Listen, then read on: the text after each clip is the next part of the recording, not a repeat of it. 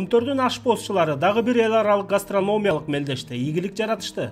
Жакында эле Ливан Республикасынын Ордо калаасы Бейрут шаарында өткөн ашпозчулардын таймашында Кыргызстан биринчи орунду камсыз кылды. Туризм жана меймандостуктун биринчи Финикиялык фестивалынын алкагында уюштурулган бул сынак зор атаандаштыкта өттү. Мелдешке дүйнөнүн 29 мамлекетинен мыктылардын мыктылары чогулган. Кыргызстандын намысын 10 адамдан турган алдыңкы ашпозчуларыбыз татыктуу коргоп беришти.